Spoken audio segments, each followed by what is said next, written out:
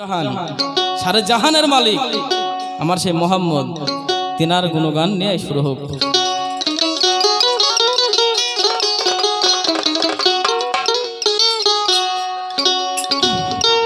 ওরে এই মদিনায় রাসূল নামে কে এলো রে ভাই,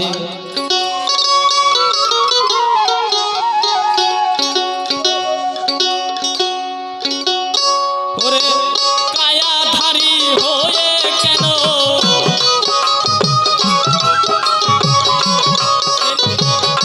কায়াধারী হয়ে কেন বলো তাহার ছায়া নাই রে ছায়া নাই। এই মদিনায় রাসূল নামে কে এলো রে ভাই, এই মদিনায় রাসূল নামে কে এলো রে ভাই।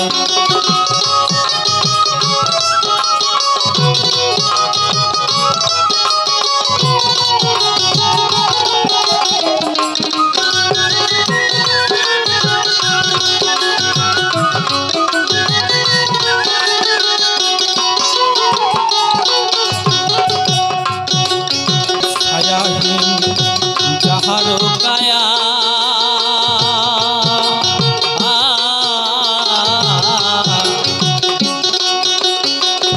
ত্রিভুবনে তাহার ছায়া,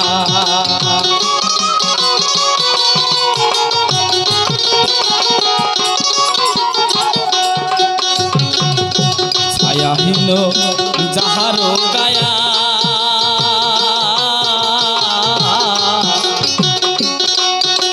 ভুবনে তাহার ছায়া। এবার এই কথাটার মর্ম হলো,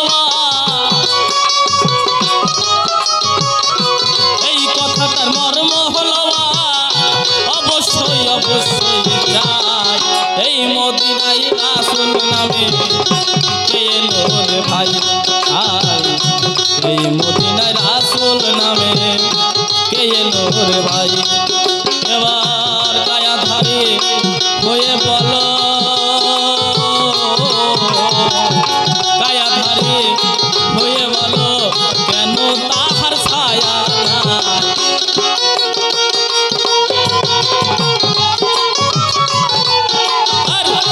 কায়াধারী হয়ে বলো কেন তাহার ছায়া নাই। এলো রে ভাই এই মদিনায় রাসূল নামে কে এলো রে ভাই।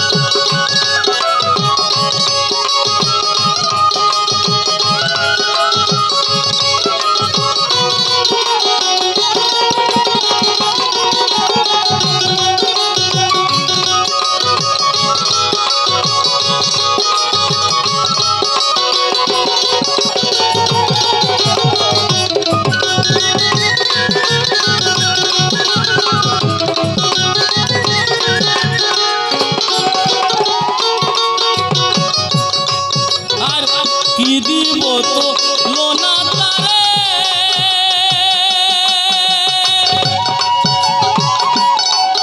আমি খুঁজে না পাই এ সংসারে, আরে কি দিব তো লোনা তারে বাজান খুঁজে না পাই এ সংসারে। আরে মেঘে যেমন ছায়া ধরে, মেঘে যেমন ছায়া ধরে ধূপের সময় এই মদিনায় রাসূল নামে কে এলো রে ভাই, এই মদিনায় রাসূল নামে কে এলো রে ভাই।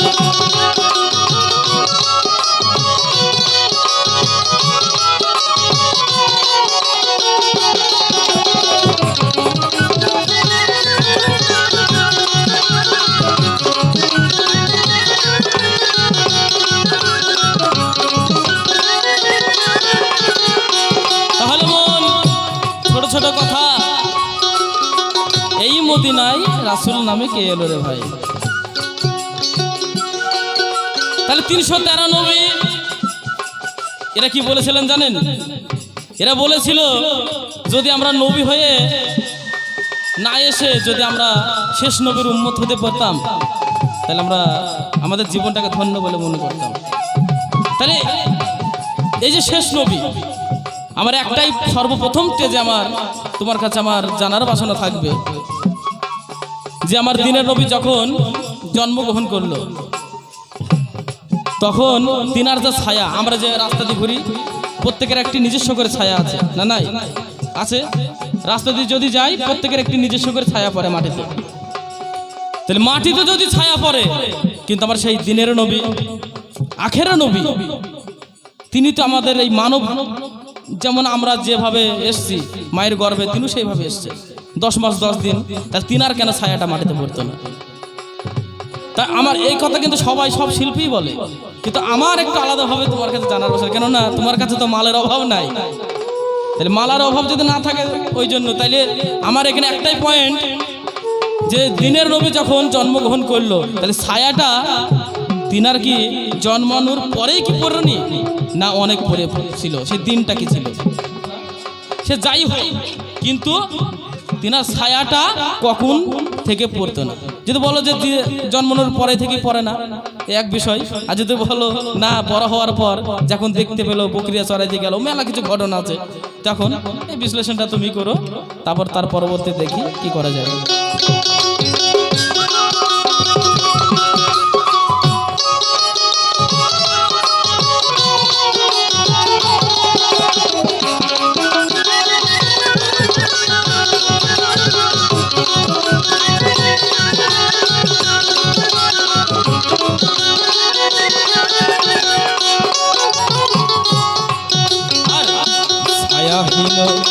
যাহার কায়া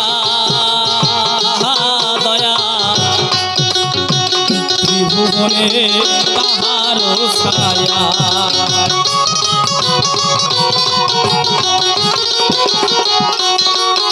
আর ছায়াহীন যাহার কায়া আহা বাজা ত্রিভুবনে তাহার ছায়া। এবার এই কথাটার মর্ম হলো, এই কথাটার মর্ম হলো অবশ্যই অবশ্যই যাই এই মদিনায় রাসূল নামে কে এলো রে ভাই? এই মদিনায় রাসূল নামে কে এলো রে ভাই?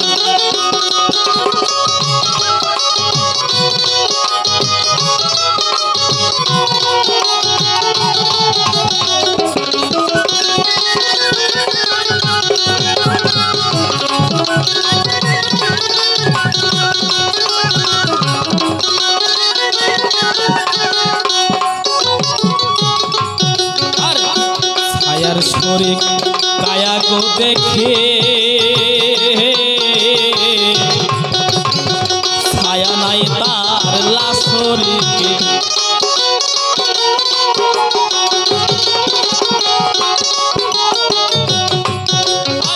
ছায়ার শরীর কায়া গো দেখি, ছায়া নাই তার লাশরিকে। ফকির লালন বলে তার হোক কি, লালন বলে তার হোক কি, বলিতে আমি বারাই এই মদিনায় রাসূল নামে কে এলো রে ভাই? মদিনায় রাসূল নামে কে এলো রে ভাই? এবার ছায়াধারী হয়ে বলো, ছায়াধারী হয়ে বলো কেন তাহার ছায়া নাই? এই মদিনায় রাসূল নামে কে এলো রে ভাই? এই মদিনায় রাসূল নামে কে এলো রে ভাই?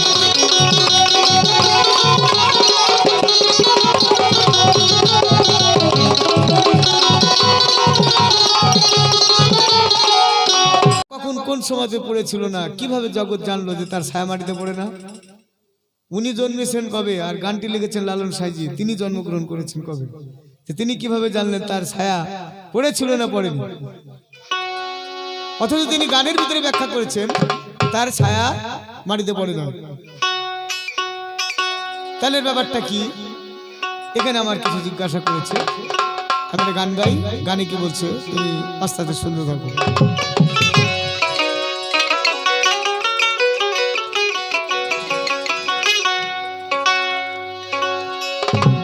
ওরে পঞ্চরসে রাখাল বেশে,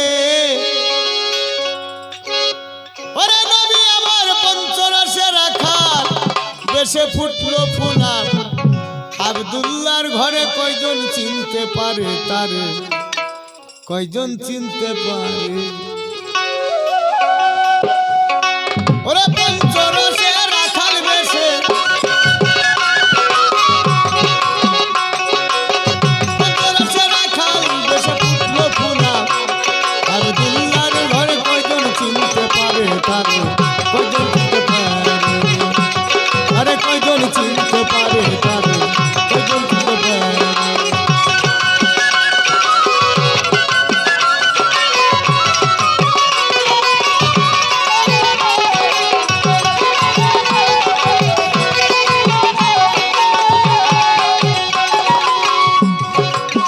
ছিল সে আওরসেতে,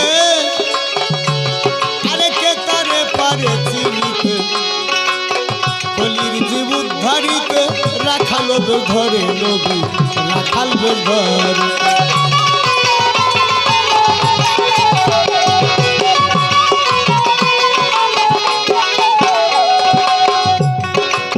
ছিল সে আওরসেতে, আরে কে তারে পারে চিনিতে, কলির জীব উদ্ধারিতে রাখাল বেশ ধরে নবী, রাখাল বেশ ধরে।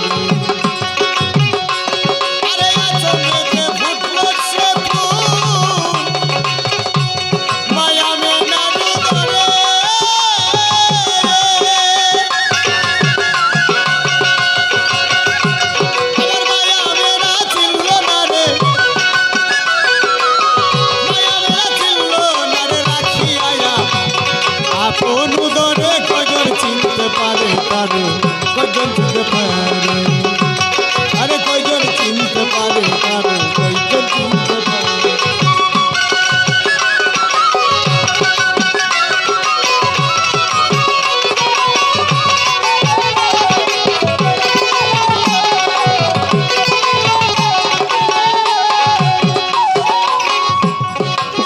কিঞ্চিত ছিল মাহালি মাই, কোলে লইয়ে দুগ্ধ খাওয়াই, নবীজিকে রেখে দিল অতি যতন করে রে মন, অতি যতন করে।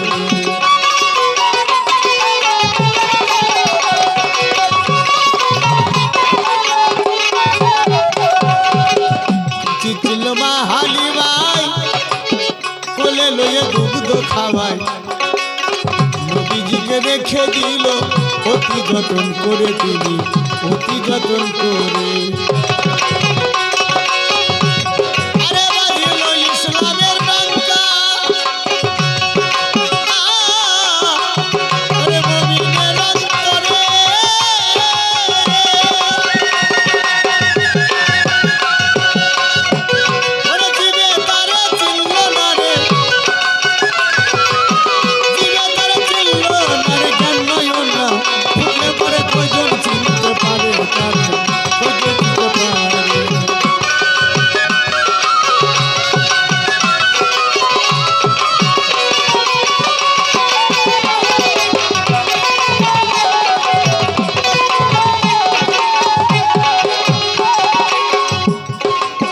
বয়স যখন পূর্ণ হলো, খোদা যাই চিনতে পারিল, নবীজিকে রেখে দিল আপনার ওই ঘরে, দেখো আপনার ওই ঘরে।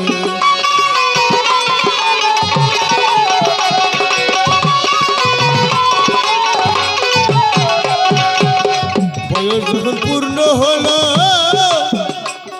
আরে খোদা যাই চিনতে পারিল, নবীজিকে রেখে দিল আপনার ঘরে, আপনার ঘরে।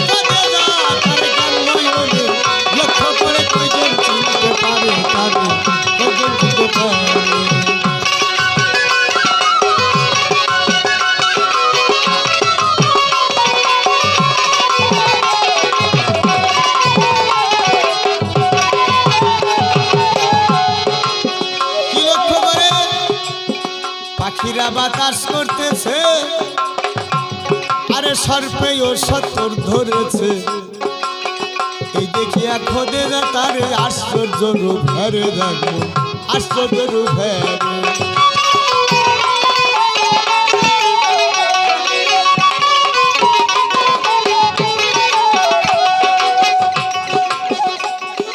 নবীর বয়স যখন পূর্ণ হলো, খোদা কিঞ্চিত চিনতে বললো। কেমন?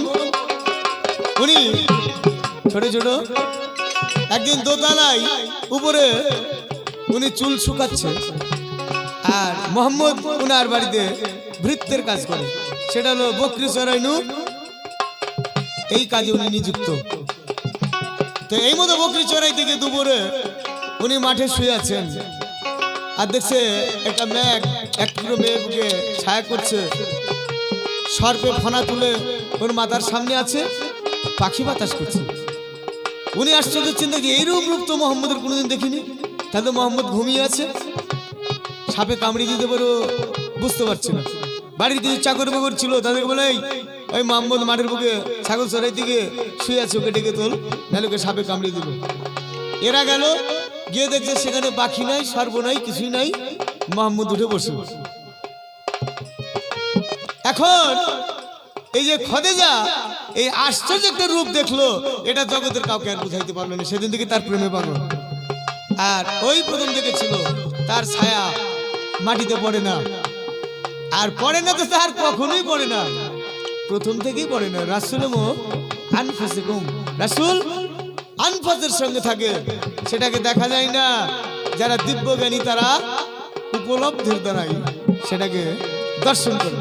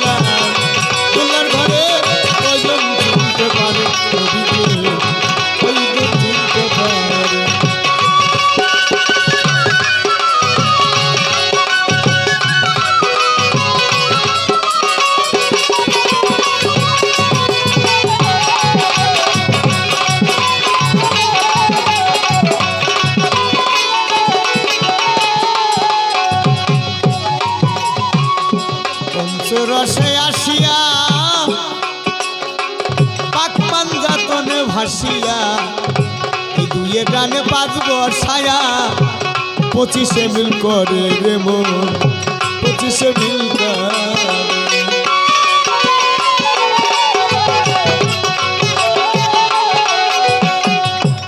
পঞ্চরসে আসিয়া নবী পাকপান যাতনে ভাসিয়া, দুয়ে টানে পাঁচ বর্ষায়া, 25 মিল করে রে মন, 25 মিল করে।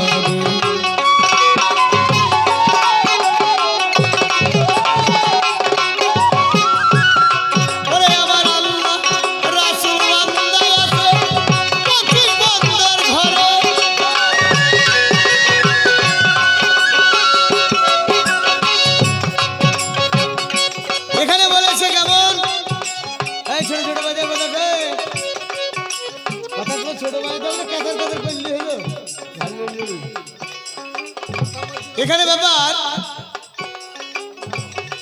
নবী বলেছেন, আন্তা শামসুন আন্তা বাদরুন আন্তা নুরুল ফাউফা নুরি। নবী চন্দ্র, নবী সূর্য, নবী নূর, নবী নক্ষত্র, নবীতেই সব সৃষ্টি সর্বত্র। কাজেই সূর্য নবী নূর থেকে, সূর্যের যতই শক্তি থাক, নবীর ছায়াকে মাটিতে প্রতিফলন করার মতো শক্তি সূর্যের নাই, কাজী সূর্যের ক্ষমতা নাই। আর আমরা যে মানুষ, তার নূরে অবশ্য সেটা কিঞ্চিত। এখানে একটা মোমবাতি জ্বলে দিলে এখানে কোটি কোটি ওই মোমবাতি থেকে আগুন সঞ্চালন করা যায়, কিন্তু নবীর যে নূর, এই নূরের কোনো ওই সূর্যের শক্তির সঙ্গে তুলনা করা যাবে না। এক বিশ্বের মহাশক্তি, বিশ্ব এক জায়গায়, আর মোহাম্মদের নূরকে এক জায়গায় করলে এই মোহাম্মদের নূরটাকে নুয়াইবার ক্ষমতা বিশ্বের কোনো শক্তিরই নাই। কাজেই তার ছায়া ফেলার মতো ক্ষমতা নাই। তিনি জাত কুদ্রুতে, আর আমরা সেপাত কুদ্রুতে। সেপাত মানে কি? মানুষ। জাত সেপাতে দোস্তি করে এই মানুষ, আর তিনি জাত এলাহিতে দোস্তি করে তাকে সৃষ্টি করা হয়েছে। তার ভিতরে আমার ভিতরে অনেক পার্থক্য, তবে তার দৃষ্টান্ত, তার অনুসরণ, তার মৌন সম্মতি যুক্তি, তিনি বিশ্বকে পরিচালনা করার জন্য যাহা কিছু মৌন বাণী দিয়ে গেছেন, সেগুলোর উপর অনুসরণ করলে তার আদর্শ মানা হয় এবং তাকে পাওয়া সম্ভব।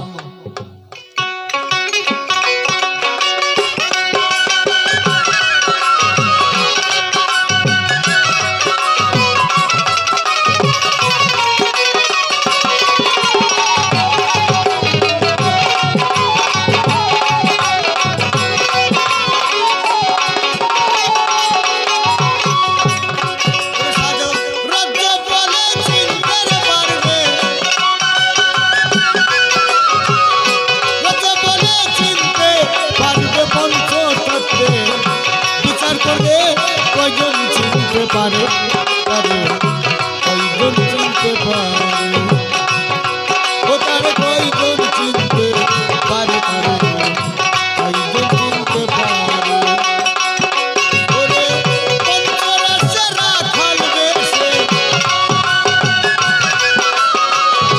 পঞ্চরাশে রাখাল বেশে ফুটলো ফুলা, দুনিয়ার ঘরে কয়জন চিনতে পারে পারে চিনতে পারে।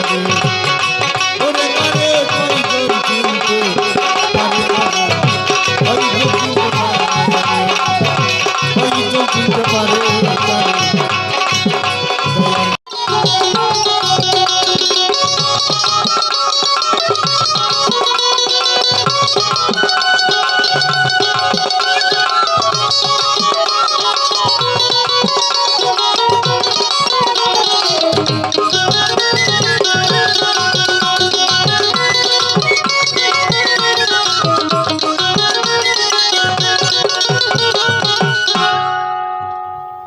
বাহ, খুব সুন্দর বলেছে দয়াল আমার। তা তিনার কথা মতো আমি পাইলাম, তিনি জন্মানোর পরে থেকে তিনি ছায়াটা পড়তেন। তো যাই হোক,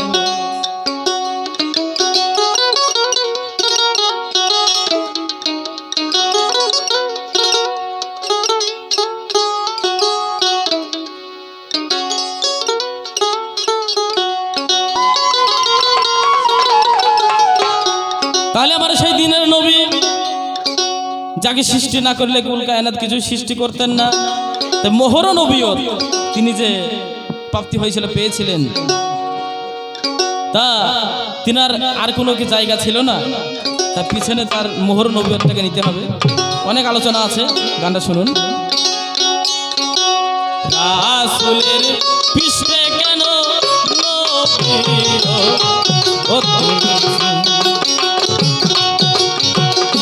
রাসূলের পৃষ্ঠে কেন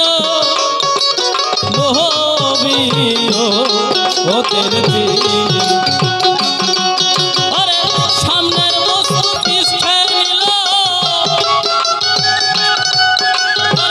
সামনের বস্তু পিছে নিল, কেন রব্বুল আলামিন রাসূলের পৃষ্ঠে কেন নবীয়তের দিন, রাসূলের পৃষ্ঠে কেন নবীয়তের দিন।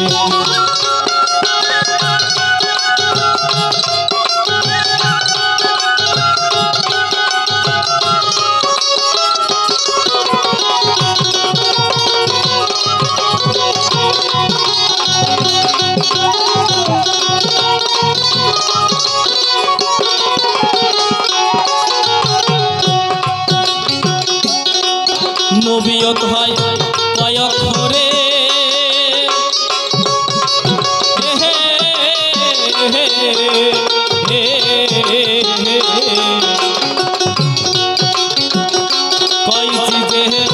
কয় চিজে তৈয়ার করে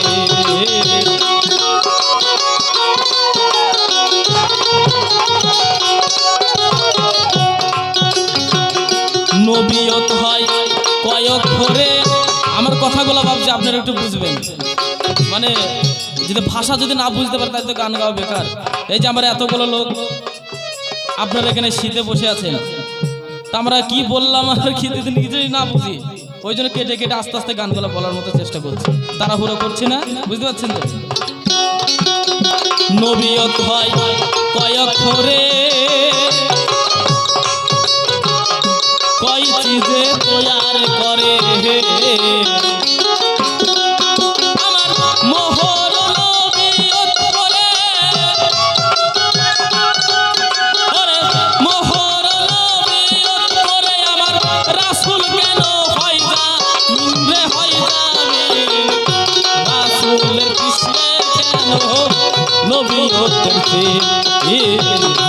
রাসূলের পিছনে কেন নবিয়তের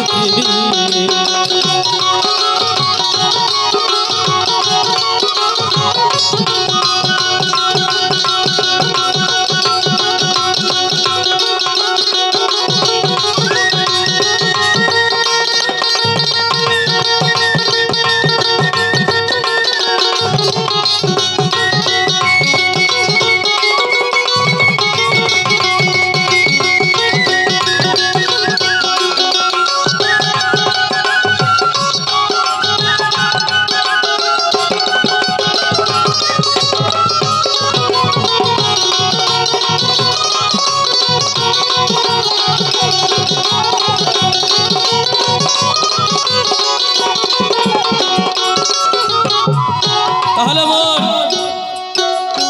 আমি বাবা একটু খুব সহজ সরল ছেলে, মানে আমি যেমন আস্তে আস্তে বলি আমার নেয়ার চেষ্টা করি। নবিয়ত হয় কয় অক্ষরে কয় চিজে তৈয়ার করে মোহর নবিয়ত পরে আমার রাসূল কেন হয় জামিন। আচ্ছা বাবা, রাসূলের কি কোনো অভাব ছিল? তার ধর্ম দিক দিয়ে কি কোনো অভাব ছিল? অভাব ছিল না। তাহলে সে পারলে পারতো ধনী হতে, এটা হয়নি। তাহলে তিনি উম্মতকে তরাতে এসছে। তাহলে নবিয়ত আর বেলায়ত, আমি প্রথমে গানের প্রথমে বলেছিলাম ওতে কিছু আছে, নবিয়তেও কিছু আছে, বেলায়তেও কিছু আছে। তাহলে এই যে যাওয়া আসার যে বিষয়টা নবিয়ত আর বেলায়ত, এইটা কেন আমার রাসূল এটা কেন দেখাইল? নবিয়তটা তো ঠিক আছে, বেলায়েতটা ঠিক আছে, যে যেভাবে চিনবে। তাহলে বেলায়েতটা কি? পীর মুর্শিদ। তাহলে নবিয়ত কয় অক্ষরে? আমরা যদি আমার বাড়ি যে আলফা চাপড়া থানা আলফা গ্রাম, আপনার আমার এই বাবাজির গ্রামের নাম নাজিরপুর। তাহলে নাজিরপুর নিকতে গিয়ে দেখো অক্ষর একটা আলাদা প্যাচ হয়, অক্ষর হয় বেশি হয় না কম হয়? আর আলফা লিখতে গেলে হয় বেশি হবে না কম হবে? তাহলে এই যে আলফা নাজিরপুর, তাহলে নবিয়ত এটা কত অক্ষর দিয়ে নবিয়তটা সৃষ্টি, আর এর মধ্যে কতগুলো চিজ আছে এটা একটু বলবেন।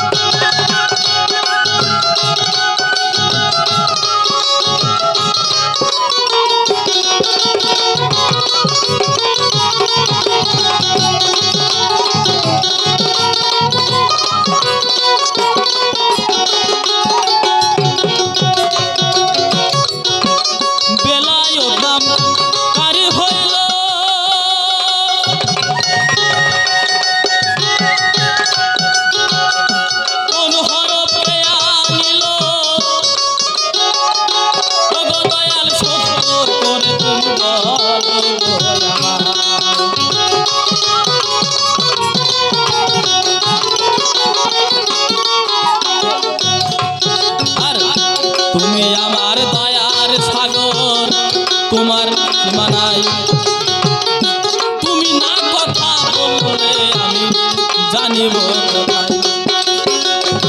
নবিয়ত বেলায়ত নাম হইল কার আমি তোমার জানাই। সুন্দর মতো জবাব দিবে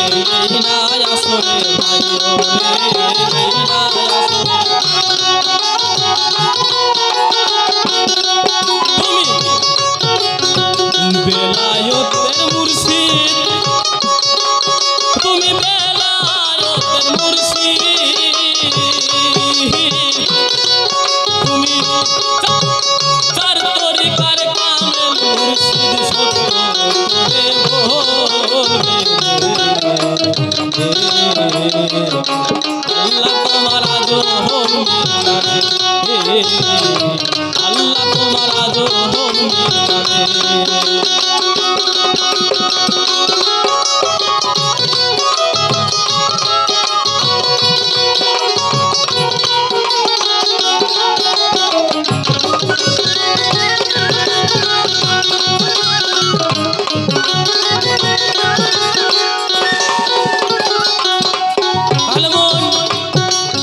বেলায়েত নাম কার হইল? কোন হরফ কেয়া নিল? কোথায় ছিল কেয়া নিল? কি হয় তখন মুস্তাকিন। তাহলে বেলায়েত নাম কার হইল? বেলায়েতের যে নাম মানে বেলায়েতের যে মাস্টার যাকে বলছে এই মাস্টারটাকে, আর তিনার যে নামের ভিতর যে হরফ কয়টা আছে এটা মহতে তুলে ধরছে। আমার বাবার কোনো প্যাস নাই, যেটা গানে বলছে মহতে বলছে সেটা আমি তোমার কাছে জানতে চাচ্ছি। তাহলে কোন হরফ কে আনিল? কোথায় ছিল আবার কে আনিল? এই হরফ কোথায় ছিল আবার কে নিল? কি হয় তখন মুস্তাকিন? এটা ভালো করে বলবেন।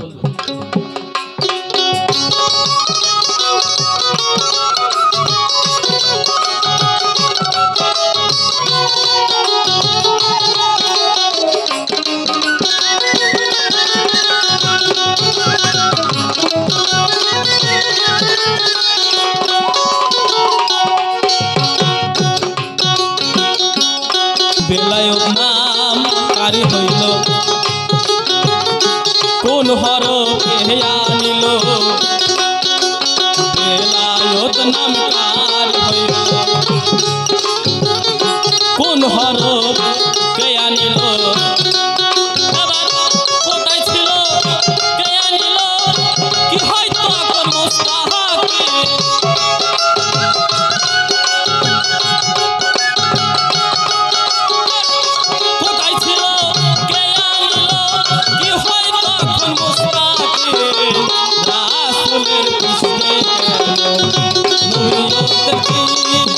আমার মহরবি রাসূল কৃষ্ণে নবীয়তের চিন।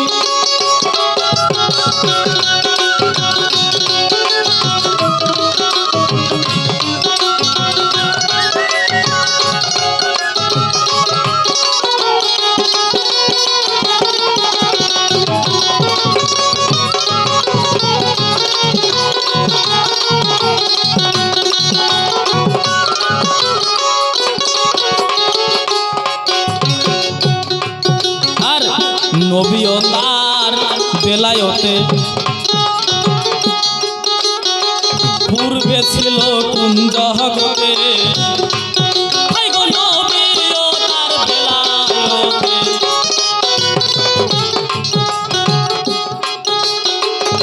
পূর্বে ছিল কোন জগতে? এখন আছে কোন জগতে? তাই শুনবে অথবা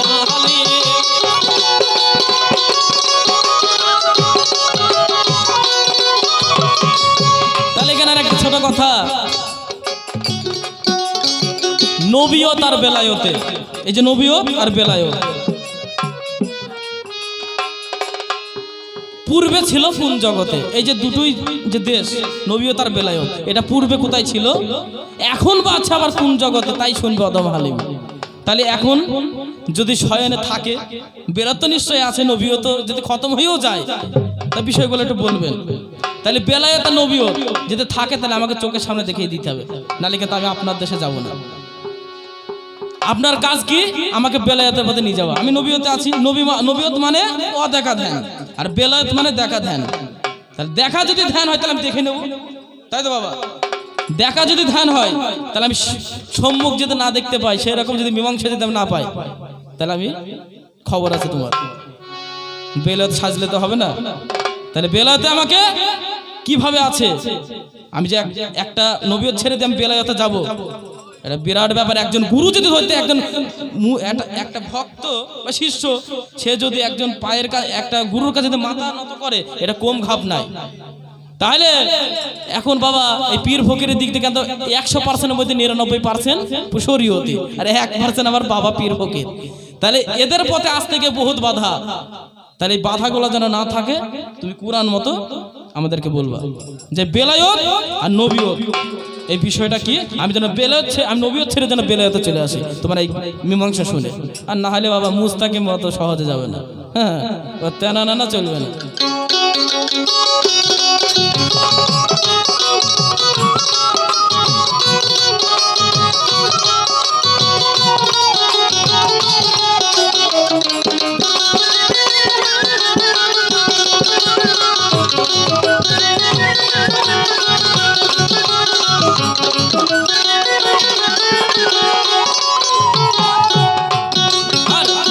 নবীয়তার বেলায়তে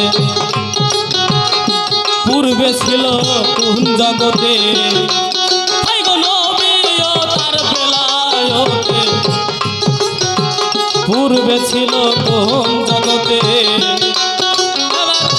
এখন আছে কোন জগতে, তাই শুনবে অথম হালি।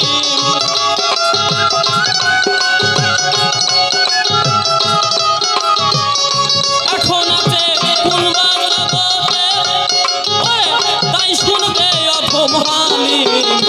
রাসূলের পৃষ্ঠে কেন নবীয়তে রাসূলের পৃষ্ঠে কেন নবীয়তের। আরেকটা যে মূল বিষয়, এই যে মোহর নবীয়ত, যেটা নিয়ে আমাদের মেন যে বিষয়, এই মোহর নবীয়তটা আমার নবী তিনি কি এই দুনিয়াতে মা আব্দুল্লাহর মা আমেনা এরপরে কি তিনি কিন্তু মোহর নবীয়ত নিয়েই এসছে যতটুকুনি আমি জানি। তাহলে তিনি যদি নিয়ে থাকে তাহলে সেই দিনটা কি ছিল, যেদিন আমার দিনের নবীকে মোহর নবীয়ত পৃষ্ঠে দিল, সেই দিনটা কি ছিল, কোন টাইম ছিল এবং কে দিল মোহর নবীয়ত, কিভাবে দিল, এটা আমার জানার বাসনা।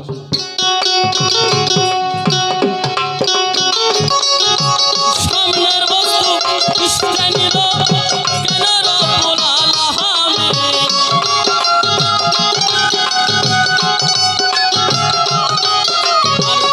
সামনের বস্তু পৃষ্ঠে নিল কেন রব্বুল আলামিন।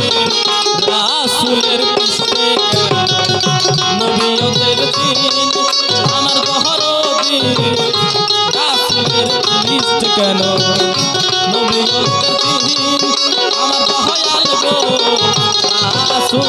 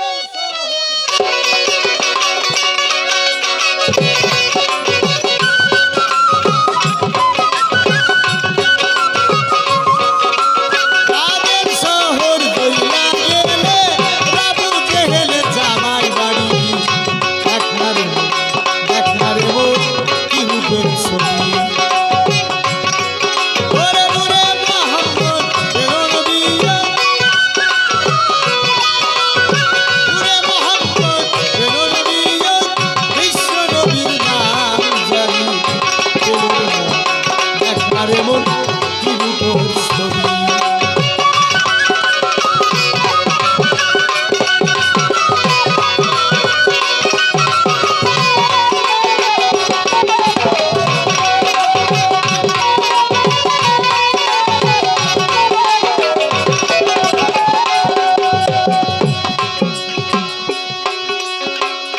পঞ্চ পাক পাঞ্জাতনে সেই নবী চিহ্ন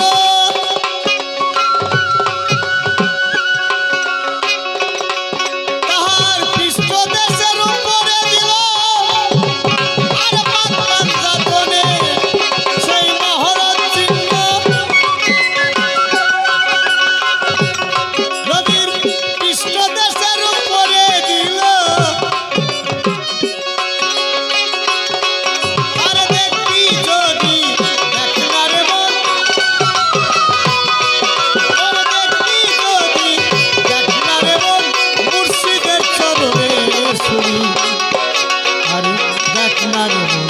দেখনারে মন কি রূপের ছবি, দেখনারে মন, দেখনারে মন কি রূপের ছবি। ওরে মোরে মোহাম্মদ ফেরো নবী। তাহলে এটা বলেছে সামনের বস্তু পিছনে দিল কেন রব্বুল আলামিন? পাগল, এটা তুমি জানো না? তোমার টাকা পয়সা যদি থাকে তুমি কি ওপেন করে রাখবে? সোনা দানা, টাকা পয়সা, সম্পদ, এটাকে ওপেন করে কেউ রাখে না ভিতরে রাখে? গোপনে রাখে। এটা আল্লাহর একটা আমানত বস্তু। বিশ্বের প্রথম 5টা ছবি, একটা হলো দয়ার নবী, একটা হলো মা ফাতেমা, হযরত আলী, ইমাম হাসান আর হুসেন। কটা ছবি? 5 জনের ছবি ছিল ওই সৃষ্টির প্রথম থেকেই এ অবধি। ওই যে 5 জনের যে ছবি, এইটাই মহরতের ছবি। এই চিহ্নটাই নবীর পৃষ্ঠদেশে ছিল। আর ওই ছবিটাই 5 জনের নকশা। এই নকশাটাই এই বর্তমান জাগতিক জগতে নবীর এক সাহাবা ছিল যার নাম আক্কাস। সে গঞ্জ হাদে একসময় নবীটাকে চাবুক মেরেছিল। আর ওই চাবুক মারার কারণে তার পৃষ্ঠদেশের এই মহরত চিহ্নটা সে দেখে ফেলেছিল। তাই সে প্রতিশোধ নেবার জন্য বহুদিন ধরে ছিল, কিন্তু কাউকে বলেনি। ভক্ত হওয়া খুব কঠিন, যে মনের কথা কাউকে বলবো না। স্বপ্নে অনেকে অনেক কিছু দেখে না, সকালবেলা উঠে হয়তো বলি বলে আজ গুরুদেবকে দেখে ফেলেছি, কিন্তু না, অনেক কিছু কথা বলতে নেই। কিন্তু এ নবীর যে আশ্চর্য একটা চিহ্ন, এই চিহ্নটা সেই দিন আকাশ দেখেছিল। ওই চাবুক যেদিন মেরেছিল, ও মনে মনে চিন্তা করছে নবীর পৃষ্ঠদেশে এরকম একটা কিসের ছবি আমি দেখলাম। এমন একটা নূরের ছটক, আসতেই গোগা করু না, থামো। তেমন একটা নূরের ছটক দেখলো, এটা কিসের ছবি? তবে এটা কিভাবে জানতে চাই? বহু মানুষ জানার কোনো উপায় নাই। একদিন যিনি বিশ্বজগতের নবী, পৃথিবী ছেড়ে চলে যাবার পূর্বে উনি মনে মনে চিন্তা করলো, আমি যে কারোর কাছে ভুল করে তাকে ক্ষমা চাই, আমার জীবন থাকতেই চেয়ে নেওয়া উচিত। তো বললো, দেখো সাহাবাগণ, তোমাদের কারো কিছু মনোবাঞ্ছা থাকলে তোমরা পূর্ণ করে নিও। যদি কারো কাছে আমি ভুল করে থাকি, কারো চাওয়া পাওয়া কিছু থাকলে তোমরা এটা চেয়ে নিও, পূর্ণ করে নিও। হয়তো আমি আর বেশি দিন পৃথিবীতে নাই। তো যাও, এই কথাতেই অনেক সাহাবাগণ বলল, প্রভু আপনি পৃথিবী ছেড়ে চলে যাবেন, আর আপনার মতোই মানে মহতীয় বাণী, এত সুন্দর বাণী, এই বাণী আমাদের কে শোনাবে? এই নসিহত, এই জ্ঞানী তৌহিদের শক্তি আমাদের কে দেবেন? আমরা কাকে নিয়ে এই আলাপ আলোচনা করবো, থাকবো বেঁচে? বললো, সাহাবাগণের জন্য চিন্তা করার কোনো কারণ নেই। আমি চলে যাবার পূর্বে বর্তমানে মানব গুরুর কান্ডারি হবে হযরত আলী, যিনি বিলায়েতের কান্ডারি, প্রথম বিলায়েত পথ প্রদর্শন। গাজীরে খুম নামক জায়গার উপরে দাঁড়িয়ে হুজুর পাক সাল্লাল্লাহু আলাইহি সাল্লাম তার সাহাবাগণের ভিতরে বলেছিল, হে বন্ধুরা, তোমরা যে আমাকে দেখতে পাচ্ছ, আজ থেকে আমি চলে যাওয়ার পরে আমার মতো আলীকে দেখবে। আমি যদি মদিনার সুরক্ষিত শহর হয়ে থাকি, হযরত আলী হবে তার প্রবেশদ্বার। আলীকে অনুসরণ না করলে আমাকে আর পাবে না। আলী হবে বেলায়েতের কাণ্ডের কাজী। নবী উপাত হয়ে গেছে, খাতেমুন নবী 570 খ্রিস্টপূর্বাব্দে, 663 খ্রিস্টপূর্বাব্দে উনি চলে গেছে নাকি। আবার এক জায়গায় উনি 90 বছরের ছিলেন, 27 বছর মেরাজ, 90 বছর উনি উপাত হয়ে গেছেন। উনি নবীয়তের যুগ শেষ। আর কোন নবী, ওই নবী উপাতার পরে কোন নবী আর আসেনি, আসবেও না। তাহলে এখন কোন যুগ থেকে গেল? বিলায়েতের যুগ, মুর্শিদ অবতারের যুগ, নাইবে রাসূলের যুগ, আহলে বায়াতের যুগ এবং কোরআনের যুগ নাকি। এটা আহলে বায়াত, এটা কোরআন। আহলে বায়াতটা হলো বিলায়েত, এটাই হলো মুর্শিদ। মুর্শিদ হাতে হাত দিয়ে জেনে নিতে হবে আল্লাহ এবং আল্লাহ রাসূল সম্পর্কে, নাহলে জানা সম্ভব না। লা ইলাহা ইল্লাল্লাহ মুহাম্মাদুর রাসূলুল্লাহ কলেমা, এই কলেমা চোরেও যাবে, সাধুও যাবে, সন্ত্রাস সেও যাবে নাকি, যে লুচ্চামি করে সেও যাবে, যে গাঁজাখোর সেও যাবে, যে মদ মাতাল সেও যাবে। সবার জবা তো এক হবে না, একজন সাধকের জবা আর এই স্বার্থবাদী যে মানুষগুলোর নাম করলে এদের জবা, এর ভিতরে পার্থক্য আছে। তাহলে জপলে পাওয়া যাবে না। তাহলে সাধক হইতে হলে পীর গুরু আশ্রয় গ্রহণ না হলে সে সাধক হইতে পারে না। সাধক কথাটাই আলাদা কথা। তাহলে নবী চিনতে হলে, জানতে হলে এরকম জায়গায় আসতে হবে, একজন পীরের কাছে গিয়ে নিজেকে আত্মসমর্পণ করে তুমি কে আর তোমার নবীকে আর তোমার আল্লাহকে, মান নাবিকা মান দিনুকা মান রব্বুকা, এই কথার উত্তর তোমাকে গ্রহণ করতে হবে। যাক, লোক বাসে চেপেছে তো বাসে প্রচন্ড ভিড়, বহু লোক আছে, একটা প্রতিবন্ধী সিট আছে। প্রতিবন্ধী সিটকে হ্যান্ডিক্যাপ বলে তো, যারা হ্যান্ডিক্যাপ মানুষ তারা গিয়ে প্রতিবন্ধী সিটে বসে। একটা লোক গিয়ে এই প্রতিবন্ধী সিটে বসে পড়ে, ভিড় আছে প্রচুর, সিট খালি নাই। এখন হ্যান্ডিক্যাপ वाला লোকটা লাঠি খুঁড়াইতে খুঁড়াইতে গিয়ে যায়, তো প্রতিবন্ধী সিট লেখা আছে, হ্যান্ডিক্যাপটা লেখাপড়া জানে, ওই সিটটা ওর। এখন ওই প্রতিবন্ধী সিটটাও দেখে বলছে, ভাই ওঠো ওঠো ওঠো। যে লোক বসে, যে লোককে বলছে, প্রতিবন্ধী লোকটা বলছে, ওঠেন ওঠেন, সরো সরো সরো, আমি বসবো। আর এলে বলছে আঁকাবাক করলে হবে না, তো লোক বলছে আঁকাবাক করলে হবে না, দেখছো না আমি হ্যান্ডিক্যাপ, তুমি আমার সিট ছাড়ো। বলছে আমিও হ্যান্ডিক্যাপ। তাই বলছে যে তুমি আবার হ্যান্ডিক্যাপ কোথায়, কই তোমার কাটা ফাটা কিছু আছে? বলছে কাটা নেই মানে তোমাকে দেখাইতে হবে না, কোন কালে আঁকা কেটে জানো না কোন হ্যান্ডিক্যাপ।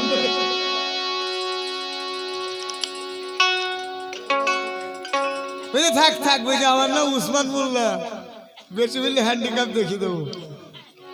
বলছে আমার নাম উসমান মোল্লা, ব্যস্ত হইলে হবে না, তুমি হ্যান্ডিক্যাপ, আমার কোন কালে হ্যান্ডিক্যাপ করে আছে। কতদিনে কোন তারিখে নবীয়ত জানি না, আজ থেকে 1500 সাল হয়ে গেল। তাহলে সে নবীয়ত বহু পূর্বের কথা। তবে নবীয়ত দৃষ্টান্ত হয়ে গেছে গেছে, সেটা কোন দিন ধার্য ধরে ভরে নাই সমস্ত। তবে নবীয়তের যে নবীয়ত, ওতে শব্দটাই হলো তৌহিদ করা। যেখানে পুশিদা, ওই পুশিদার ভিতরেই থাকে গোপন তত্ত্ব এবং সেই মহরত চিহ্ন, ওটা তোমার মধ্যেও আছে। সেটা তুমি যখন দিব্য জ্ঞানে দেখতে পাবা, ও পাঞ্জাতনের ছবি তোমার ভিতরে আছে।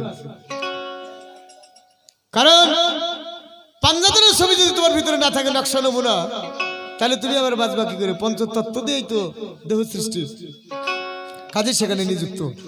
তাহলে নবী কোন জায়গায় আছে, কিভাবে আছে, তার একটা বিষয় শুনো, গানটাকে শেষ করি।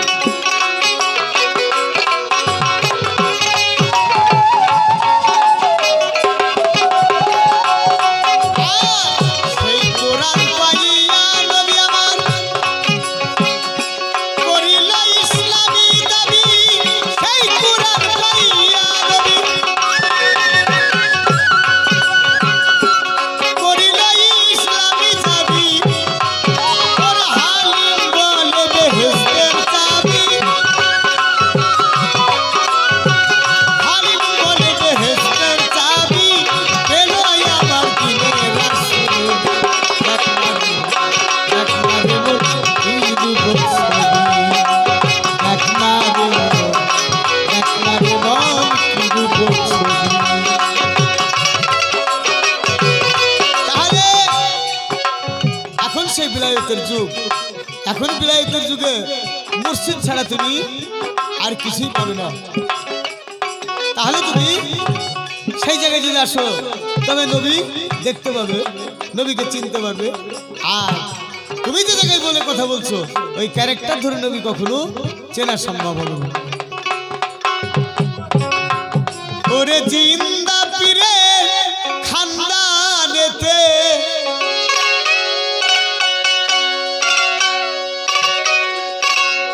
জিন্দা পীরের খানদানেতে যে করুল পড়ো আউলায়ালে মুহাম্মদ রাসূল।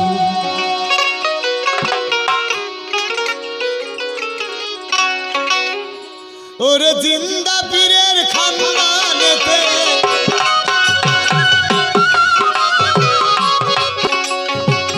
জিন্দা পীরের খানদানেতে যে করুল পড়ো আউলায়ালে মুহাম্মদ রাসূল।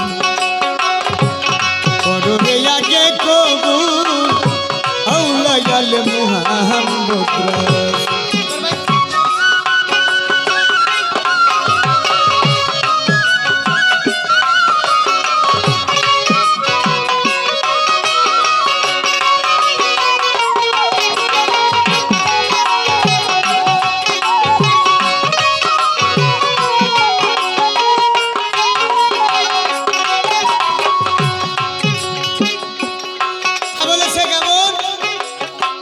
মুকামে সেই মোহাম্মদ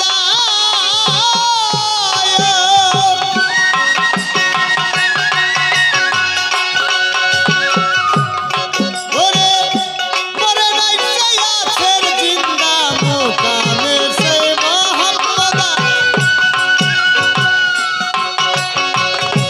পরে নাই সেই আছেন জিন্দা শহীদ কলেমা কালেন্দা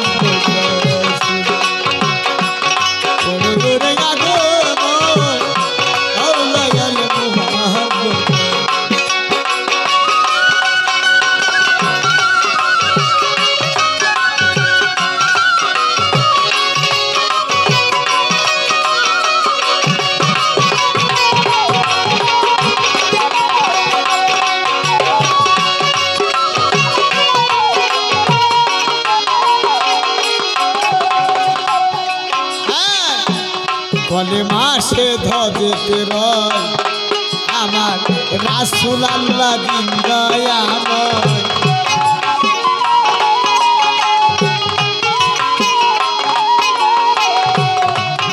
ওরে কলেমা সে ধজতে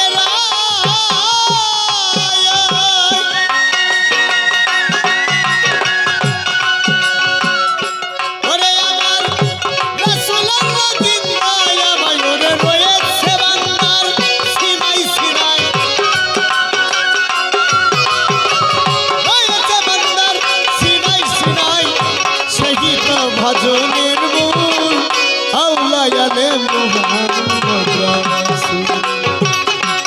করবে আগে কবুল আউলায়ালে মুহাম্মদ রাসূল।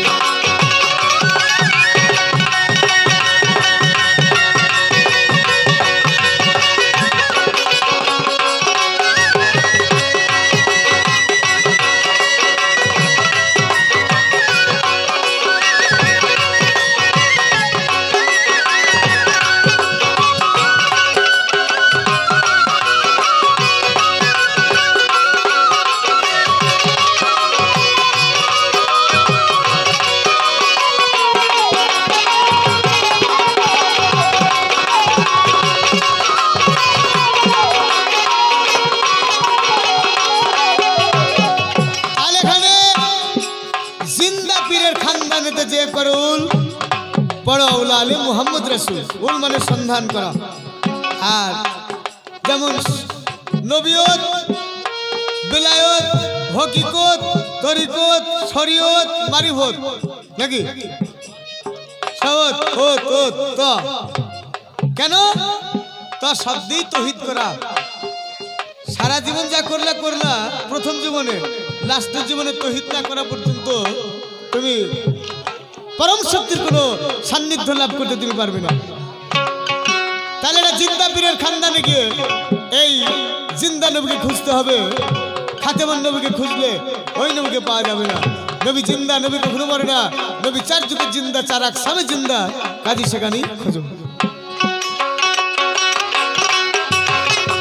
আহম্মদী ওই কলেমা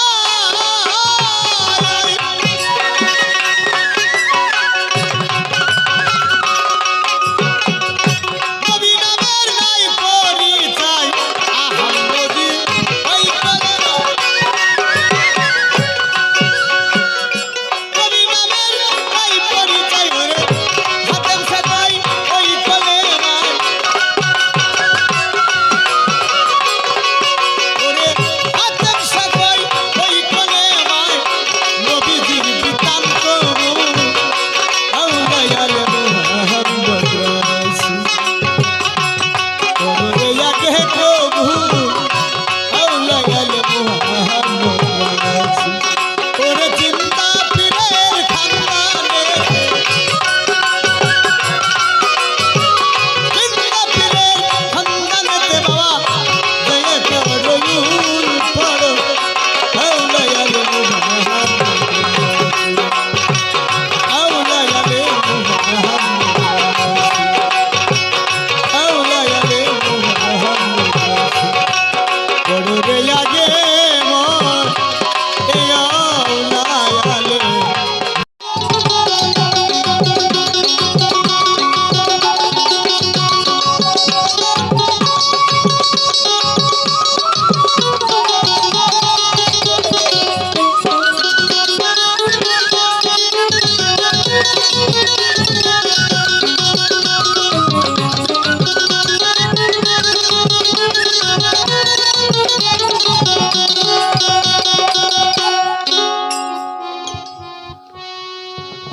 বাহ, অনেক কথা বলেছে তাই না? খুব সুন্দর সুন্দর কথা বলেছে।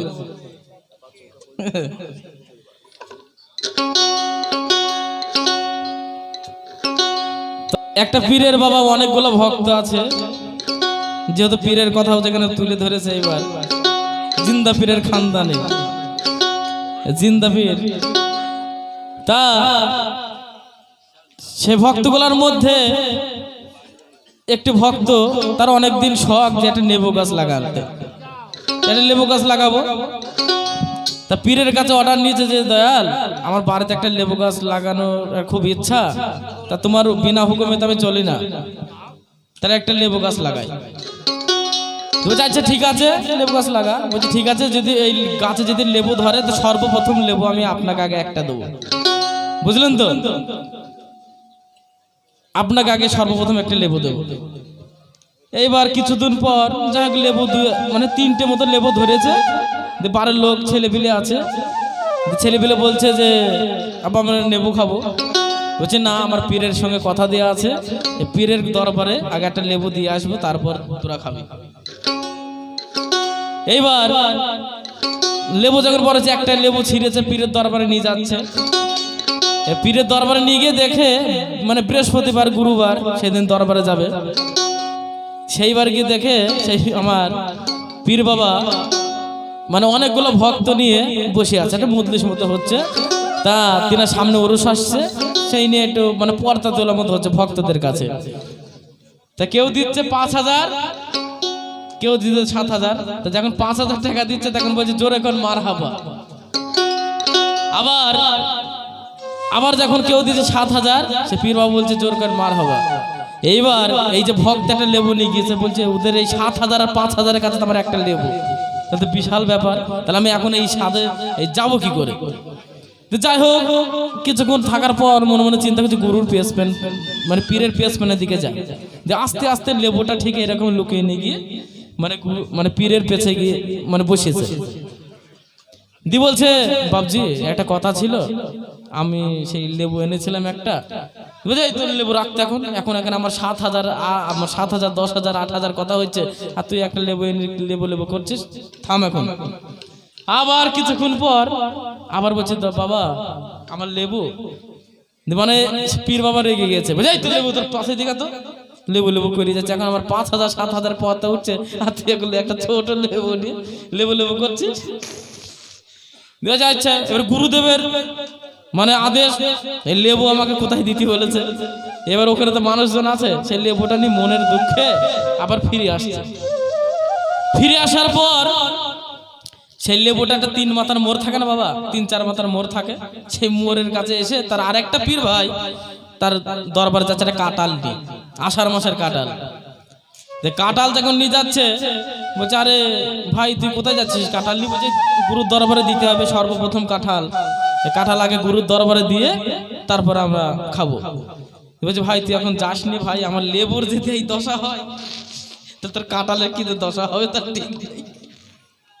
তাইলে বাবজি জিন্দা পীরের খানদানে কথাগুলো ভালোই বললেন, কিন্তু ঠিক জায়গায় দাঁড়িয়ে থাকা মুশকিল আছে, তাই না? ইমান এমন একটা জিনিস, কচুর পাতায় যদি একটু থুতু ফেলা যায় দেখো টলবল করে নড়ে, ইমানটা ঠিক ওই জায়গায়। অত সহজ নেই, এত রাত এখন হয়নি। তবে যাই হোক আমার জানার কথা ছিল যে দয়াল এই মোহর নবী হচ্ছে মূল বিষয়টা, মোহর নবীটা আমার দিনের নবীকে কবে দিয়েছিল এবং সেই দিনটা কি ছিল, তাই না? তবে যাই হোক আমার পরবর্তী গান থাকবে, আমি যেখানে ছিলাম ওখানে থাকবো।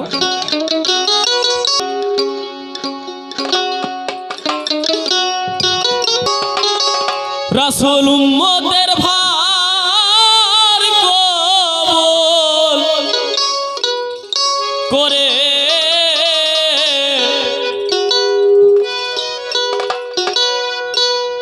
ওরে উদয় হলেন মদিনায়,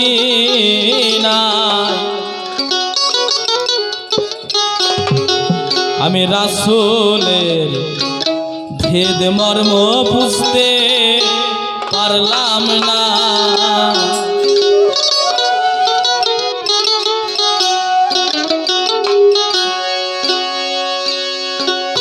রাসূল আমার উম্মতের ভার কবুল করে উদয় হলেন মদিনায়, রাসূলের ভেদ মর্ম বুঝতে পারলাম না দরদি, রাসূলের ভেদ মর্ম বুঝতে পারলাম না।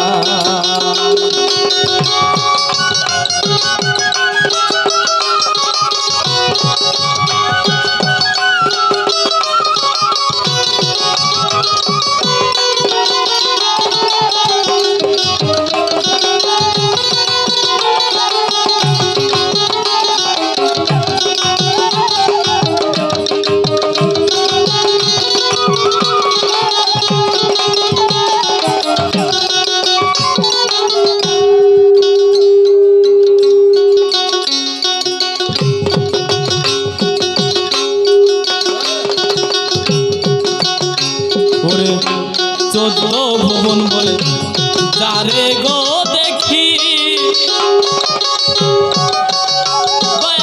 সে করে কেনে চোদনিকে,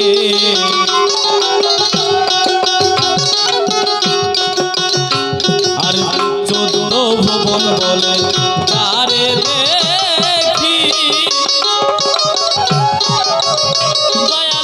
সে করে কেন চোদনিকে, রাসূল কি তাই থেকে কোন ভাবে,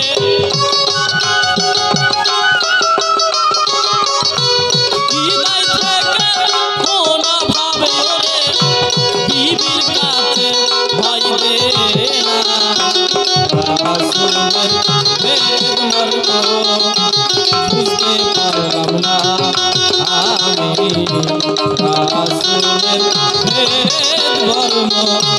বুঝতে পারলাম না।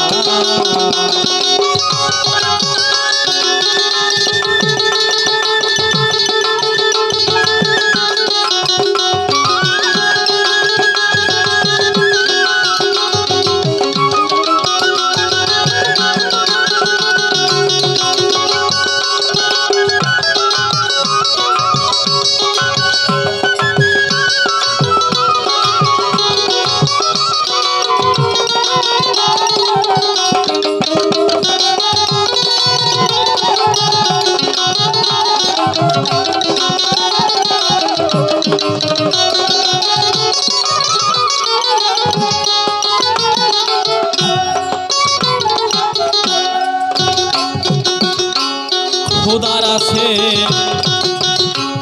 নবীর পরে,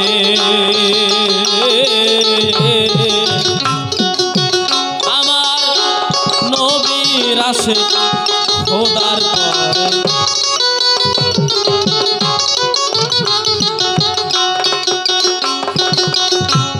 খোদার আছে নবীর পরে,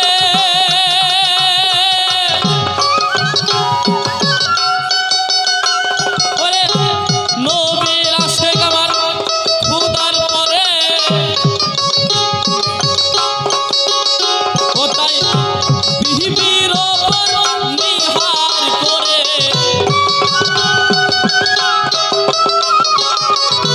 বিবির ওপর নিহার করে আমার ও তাই থাকে সায়বানা।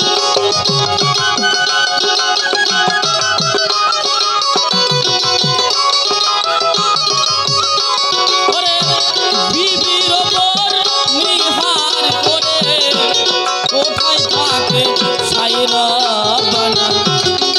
রাসূলের ভেদ মর্ম আমি বুঝতে পারলাম না। রাসূলের ভেদ মর্ম বুঝতে পারলাম না। তাহলে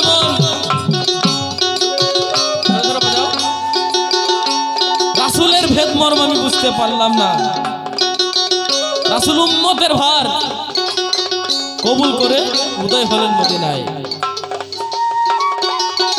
তাহলে আমার সেই দিনের নবী আমরা শুনতে পাই বা হাদিসও পাই তিনি নাকি 14টা বিবাহ করেছিলেন। তাহলে আমার নবীকে কোনো জায়গায় দেনায় মত্ত ছিল না কারোর ঋণে গেছে?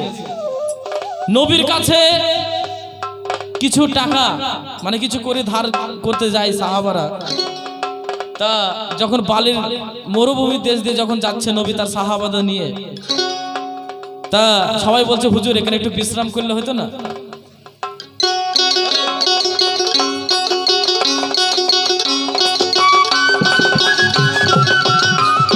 তাহলে এখানে একটু বিশ্রাম করলে হতো না হুজুর?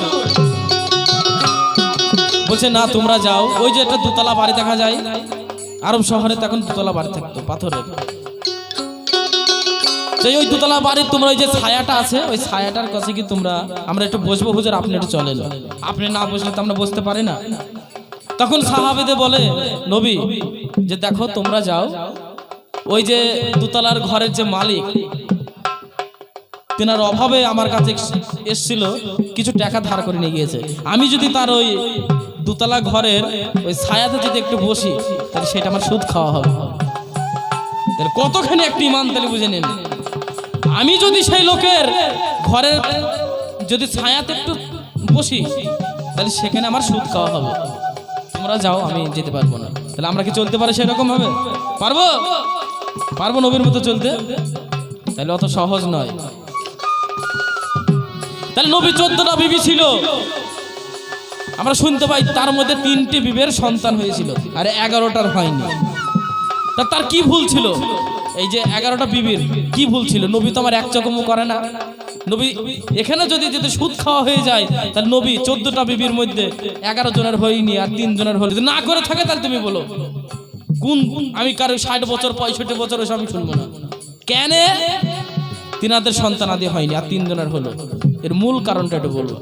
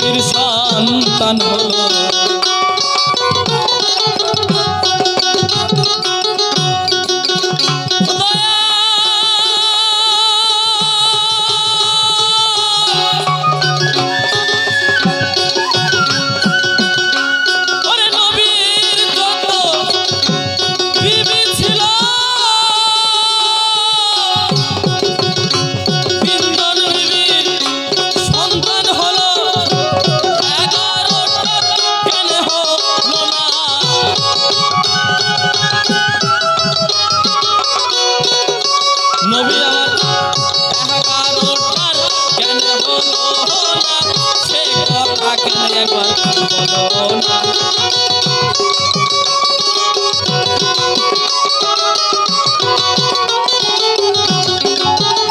বিবিদের কি দোষ ছিল তাই বলো না দয়াল সন্তান তাদের কেন হলো না আসলের মর্ম বুঝতে পারলাম না আমি রাসূলের মর্ম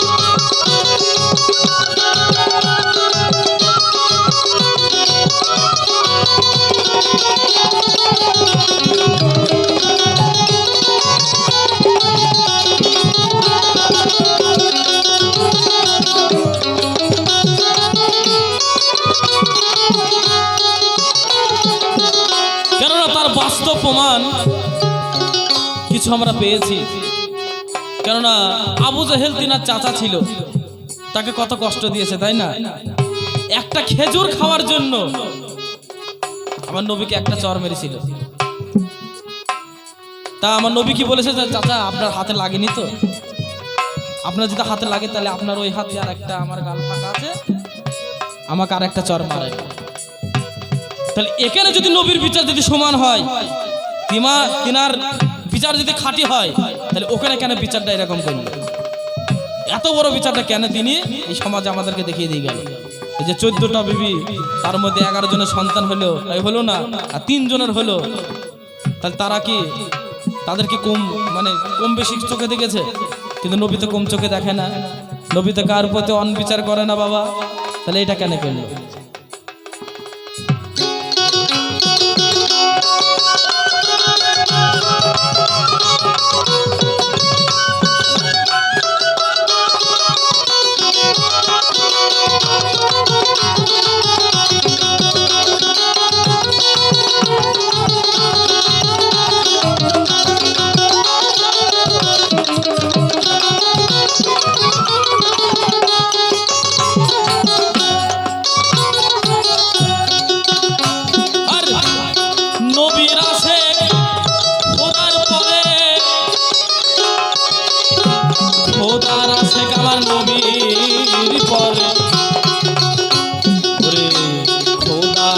আমার নবীর পরে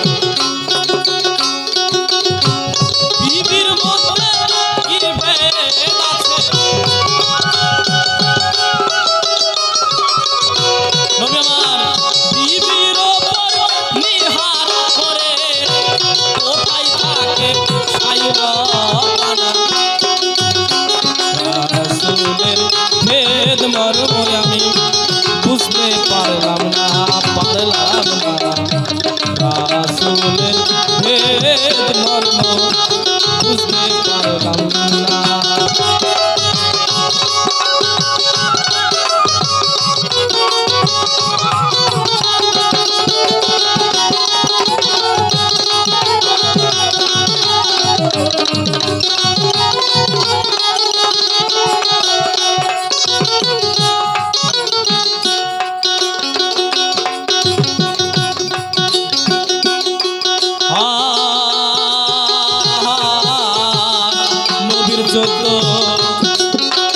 বিবি গো ছিল তিনজন বিবির সন্তান হলো তিনজন বিবির সন্তান হলো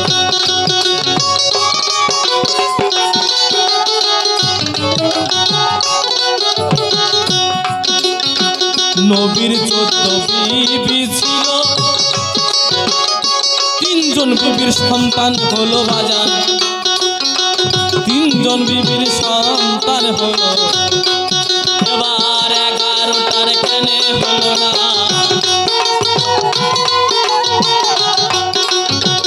11টার কেন হলো না সে কথা কেন বলো না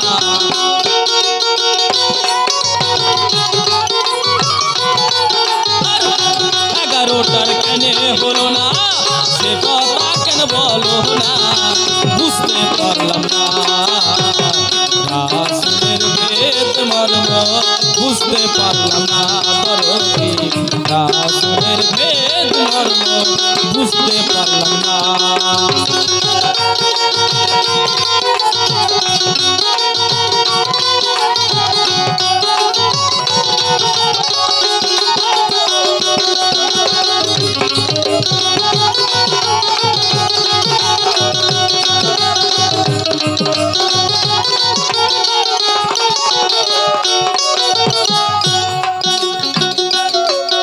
আর তিনজন বিবি দুনিয়ার মাঝে সুসন্তানের মা হয়েছে সুসন্তানের মা হয়েছে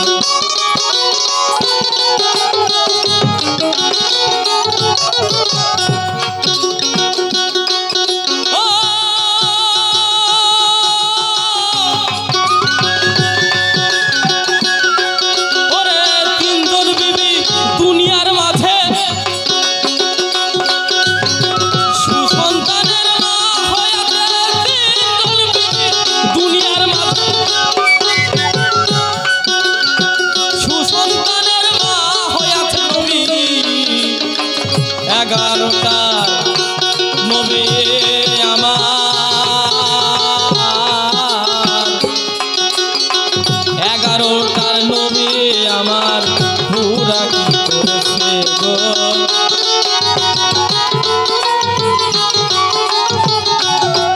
অধীন জহর বলে ভেদ পাইলে মূর্ত মনের বাসনা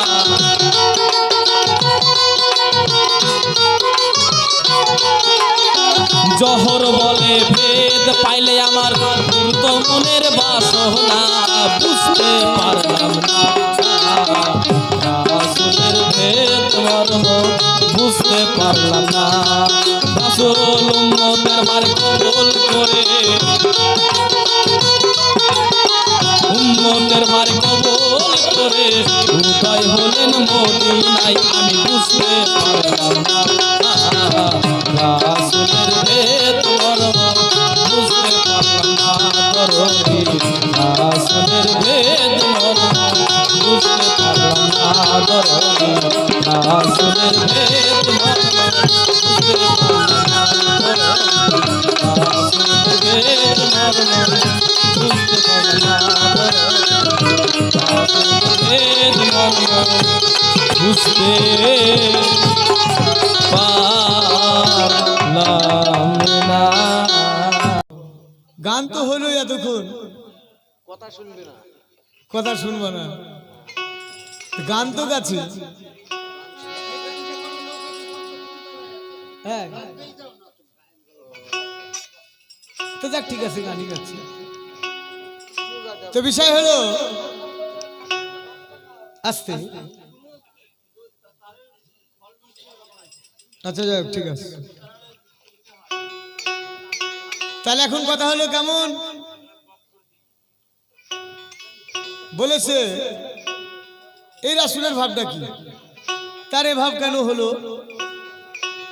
তিনি 14টা বিবাহ নিকাহ করলেন সন্তান হলো কিছু জনের হলো না খোদার আশুক নবীর পরে নবীর আশুক খোদার পরে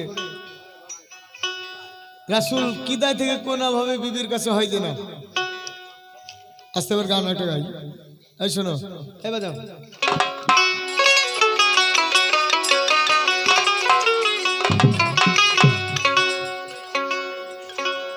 ওরে যাচ্ছে পথে দোস্তি করে কেউ কাউরে ভুলতে পারে না করিয়া বিবির নেহা কই ভুলেছে রব্বানা ওরে যাচ্ছে পথে দোস্তি করে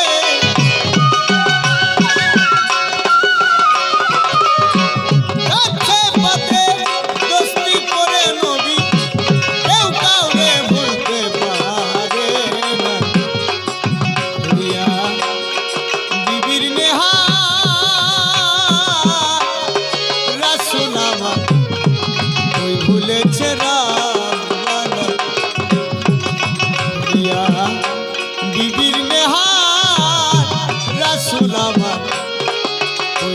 ভুলেছে রাব্বানা।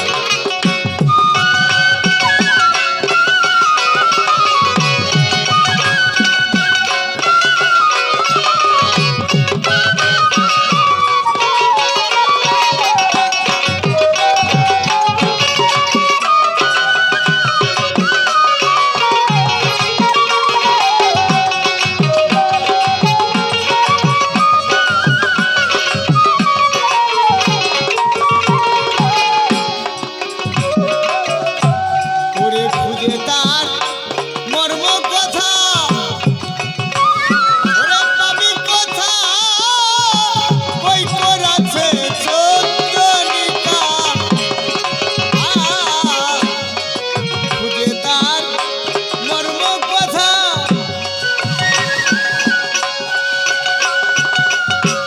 পাবি কথা, বই করাছে চোদ্দনিকা। ওরে চোদ্দ ভুবনের প্রতি,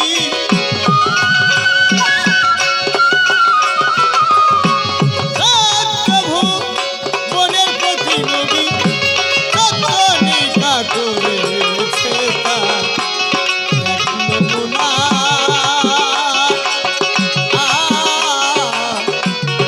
রাব্বানা দিয়া বিবির নেহার, রাসূল আমার ওই ভুলেছে রাব্বানা।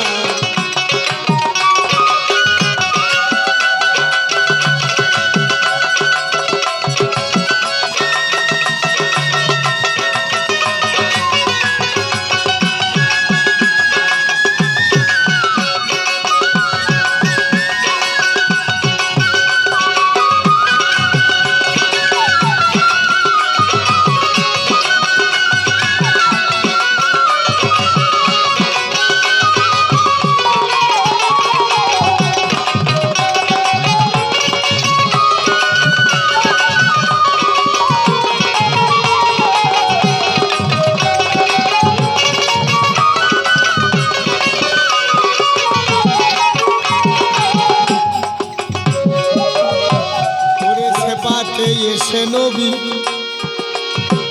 এই দিন বিবির সুশান কানে মা হয়েছে। করেছে পাতে এসে নবী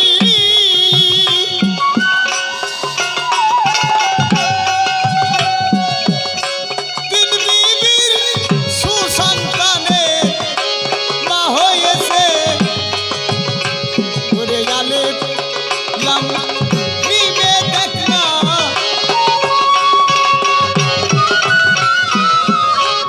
আলিফ লাম মিমে দেখনা, দেখনা নবী সাল্লাল্লাহু আলাইহি বিবির নেহার, রাসূল আমার ওই ভুলেছে রাব্বানা।